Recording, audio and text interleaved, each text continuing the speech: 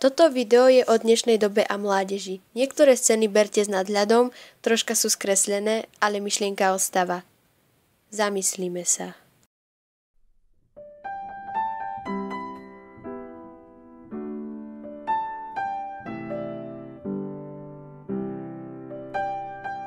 Bohužiaľ žijeme vo fragmentovanom svete, kde nevieme rozlíšiť realitu od virtuálneho sveta.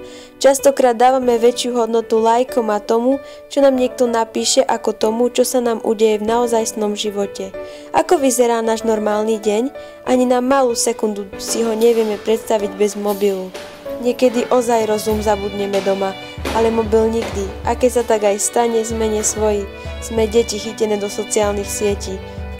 Keď prídeme domov, ako prvé ideme na internet a všetko ostatné nám je ukradnuté. Chceme vedieť, či nám niekto napísal alebo komentoval fotku. Chceme vedieť novinky, ktoré naši facebookoví priatelia zdieľali. Nedokážeme bez toho žiť.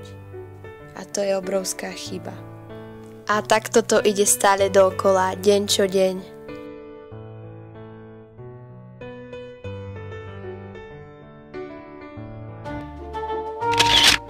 Facebook vie skôr, že máš frajera ako tvoji rodičia. Keď sa aj odtiaľ otrhneme, robíme hlúposti, ktoré si ani neuvedomujeme.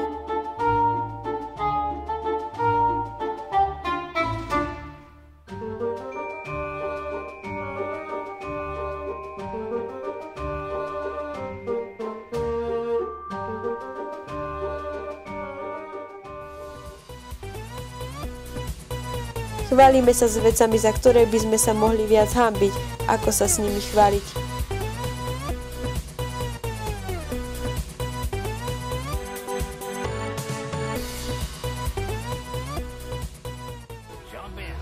Všetci chcú byť in a populárni, preto dokážeme urobiť čokoľvek, aby sme druhých zaujali.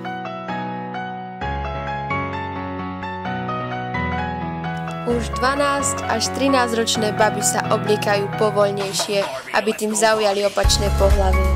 A o tých starších to už ani nehovorím. Selfie sem, selfie tam. Čo ak vypne navždy elektrika? Ostanú selfie fotky?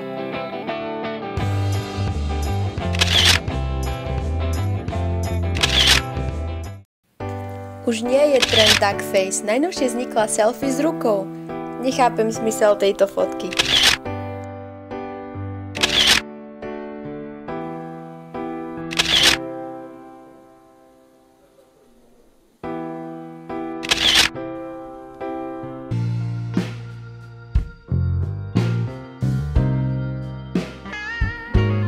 Dokážeme piť alkohol, aj keď nám nechutí, len preto, aby sme boli veľkými frajermi, alebo si tým kompenzujeme smutok z nešťastnej Facebook lásky? Má to zmysel? Je to riešenie?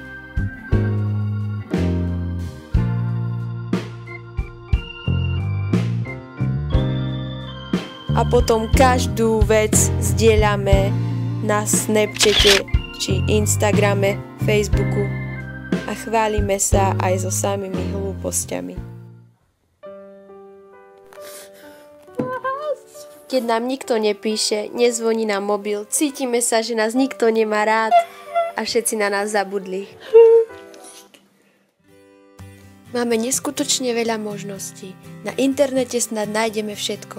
Stačí jeden klik a máme všetky dôležité informácie za pár sekúnd. Avšak si to nevážime a sme veľmi pohodlní. Naše mami, babky, pratety nemali nič z toho. Všetko museli hľadať v knihách.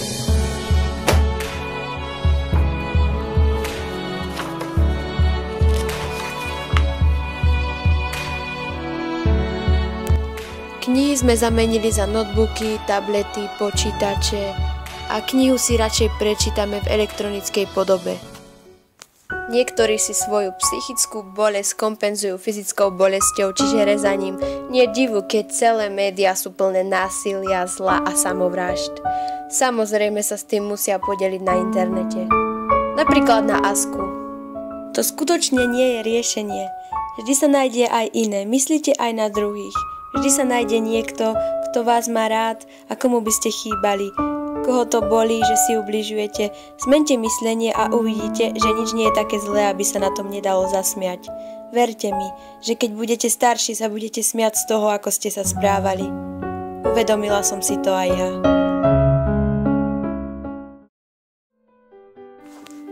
A gramatika, na tú v písaní úplne zabúdame a vyhovárame sa na to, že sme si to v tej rýchlosti neuvedomili.